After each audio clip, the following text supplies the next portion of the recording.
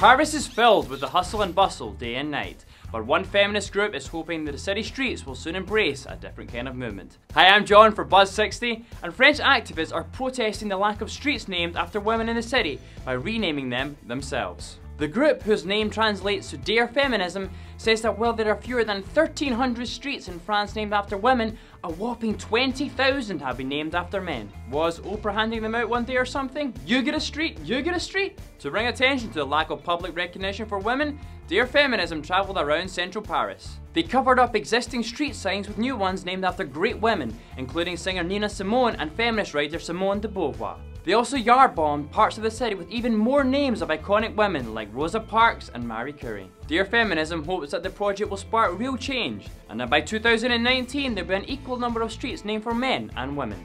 And they should really name one after Annie Lennox too, because these sisters are clearly doing it for themselves. Buzz60, now you know, pass it on.